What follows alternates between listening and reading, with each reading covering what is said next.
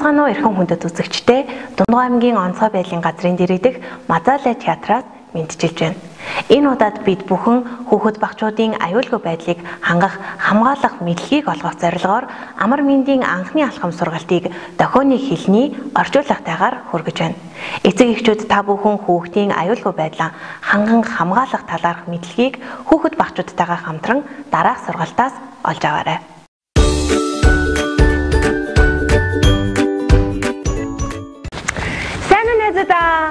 Би аврагч Мазалай байна. Хүүхдүүдээ хичээл амарсан та нар гэртээ ганцаараа уйдаа сууж байгаа юм биш үсттэй. Аврагч Мазалай нь өнөөдөр та бүхэндээ гамшигын эрсдлийг бууруулахад хүүхдийн оролцоог нэмэгдүүлэх талаар амар мэндийн анхны алхам хичээлийг орхолно. Найзуудаа, энэ жаалыг хардаа.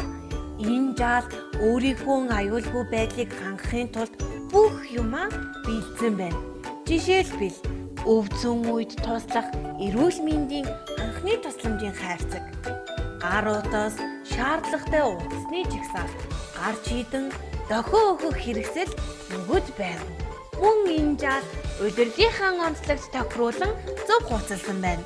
Зуны үлрэл, шорт, сарвчтай малгайг өмсөж болох боловч хүүхдүүдээ одоо өвлийн үлрэл болж байгаа учраас дулаан хувцлаж ханаад томоноос сэргийлээрэй.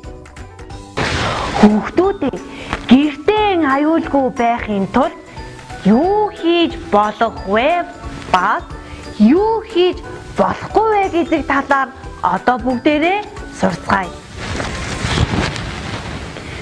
Энэ жаалыг хардаа газар хөдлөлт болж байхад гайхаад яхаа мэдгүй үйлээд сууж ахын.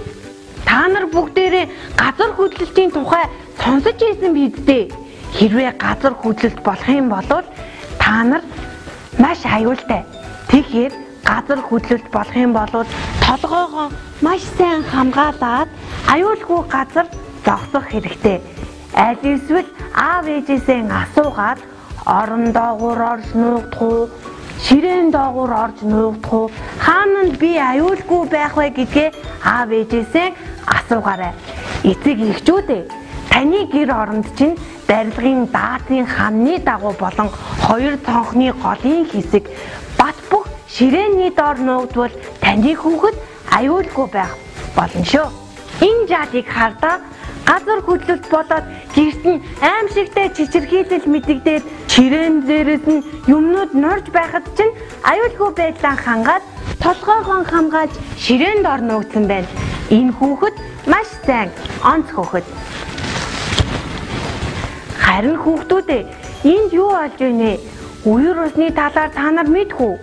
Зун аадар борооноос болоод эсвэл хавар шар ус хайлснаас болоод үерийн усны аюул болдог. Энэ үед хүүхдүүд та бүхэн үерийн усанд энэ жаал шиг тоглож хэрхэрч болохгүй. Харин энэ хүүхэд шиг үерийн уснаас зүгтаагаад өндөрлөг газар очиж тоглоорой. Яна, нэг хардаа гал гарч яхад чинь энэ юу юм бэ? Энэ юу юм бэ гэд галаар тоглох гээд ах юм. Ингэж болох уу хүүхдүүдээ? Тийм шүү дээ. Хизээж ингэж болохгүй. Та нар гэр оронд чинь гал гаргаж магадгүй. Шүзэнд, лаа гэх мэтчлэн зүйлсүүдээс хизээж тоглож болохгүй. Хэрвээ хүүхдүүдээ гал гаргах юм бол аюулгүй байдлаа хангаж 70-50-ийн 101 утас руу залгаж аврагч ах нарт мэдээллээрэй. Энийг хардаа хүүхдүүдээ гал гарч исэн чинь галаас айж зүхтаагаад цонхоор үсрээд гарчвал надад юу болох болоо?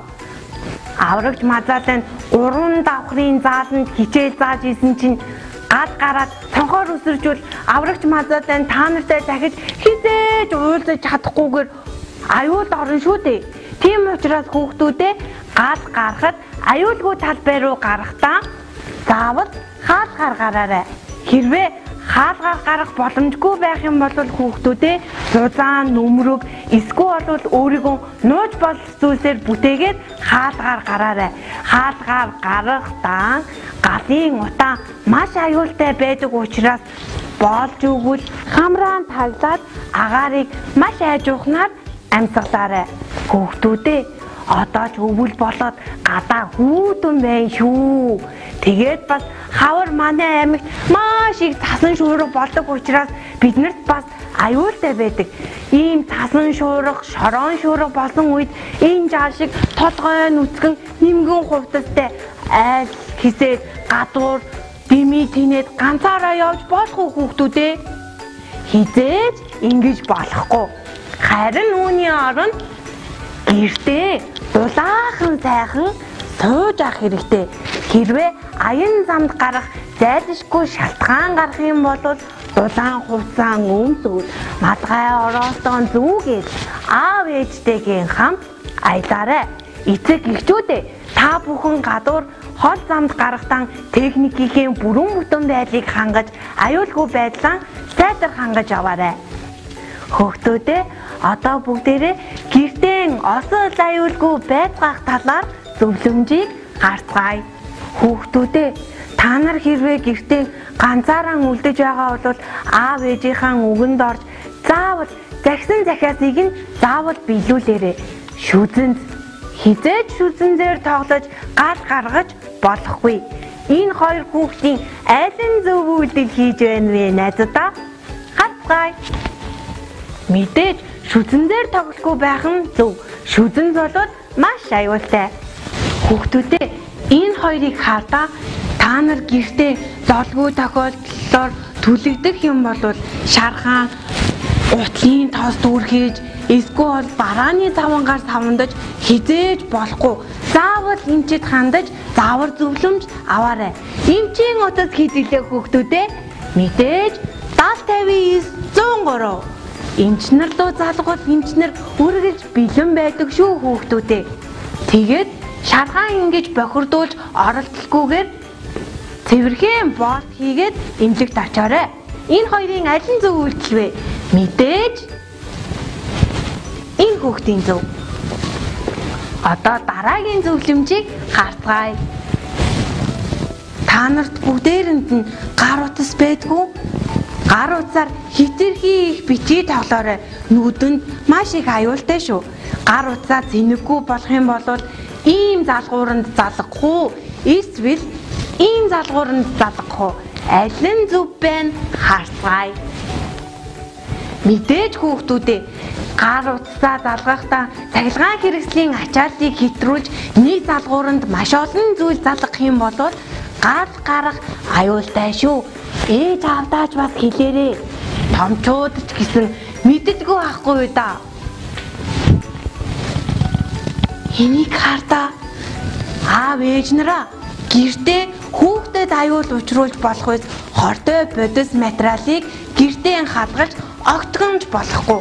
Хэрв зайлшгүй хадгалах шаардлагатай болох юм бол манай энэ найзын шиг хамгаалалттай цоочтой савнд хийж хадгалаарай.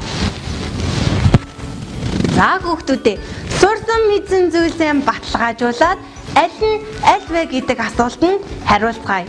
Ой хээрийн төмөр гэж аль вэ найзуудаа?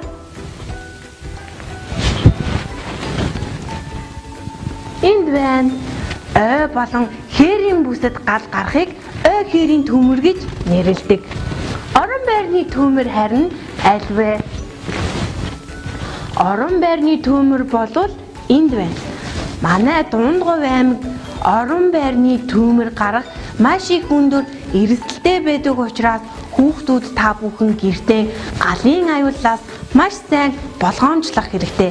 Хэрвээ гал гарсан тохиолдолд 70-50-101 утас руу залгаж аврагч ах нар болон аврагч мазайлтаадаа хэлээрэй.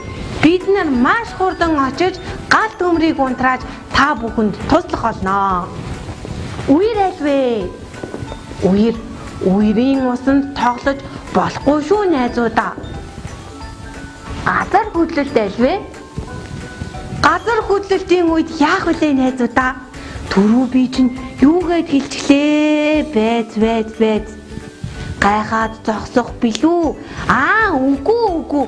Хэрвээ газар хөдлөлт болох юм бол толгойгоо хамгаалаад аюулгүй байдал өөрийгөө хамгаалах хэрэгтэй шүү.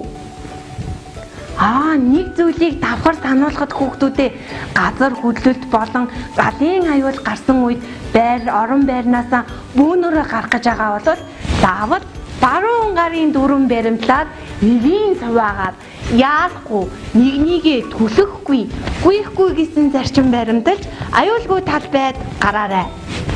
Цасан шуурга аль нь вэ хүүхдүүдээ?